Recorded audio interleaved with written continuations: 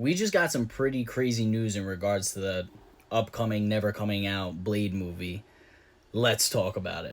So, the Wesley Snipes version of Blade, that creator of that trilogy, came out and said they are ready to offer help. And why is it taking so long for them to come to a story? Now, in my personal opinion, the best thing about these movies is that they have so much to format their movies based off of. Yes, there's a lot of creative ideas that you can just originally make, but if you can't do something like that, you can always base some of the narrative from the comics.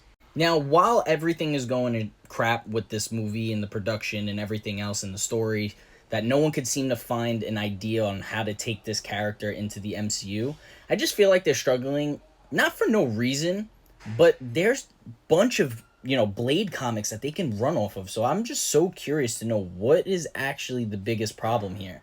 There is so much potential with this character, in my personal opinion, because you can introduce such a big figure like Dracula and then also have him join forces with Moon Knight and, Werewolf by Night, that crew. And you can just make it such a crazy story to follow that's not so high and mighty, but we can kind of go down the horror and the grit and the monsters and the vampires, like all that. Something I would love to see be involved with in the MCU.